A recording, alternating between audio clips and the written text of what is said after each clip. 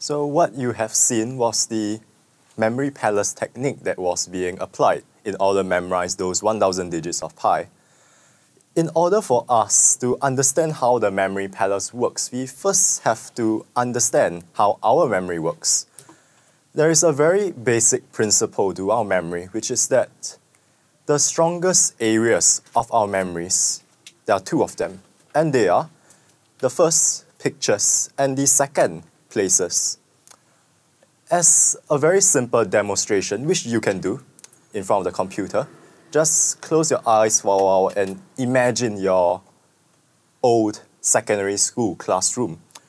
The feel of the room, the orientation, where the windows are, the doors, and the teacher's table, the whiteboard. Picture that empty old classroom in your mind.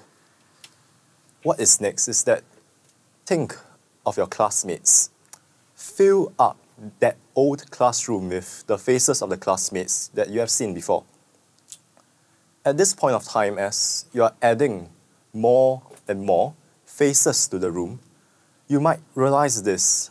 You can remember the place, you can remember the faces, but you might have forgotten the names.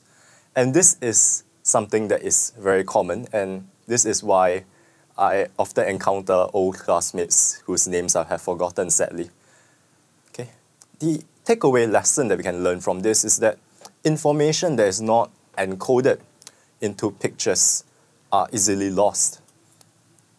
Also, if we want to remember pictures, it is a very good way to start by remembering places that are associated with those pictures.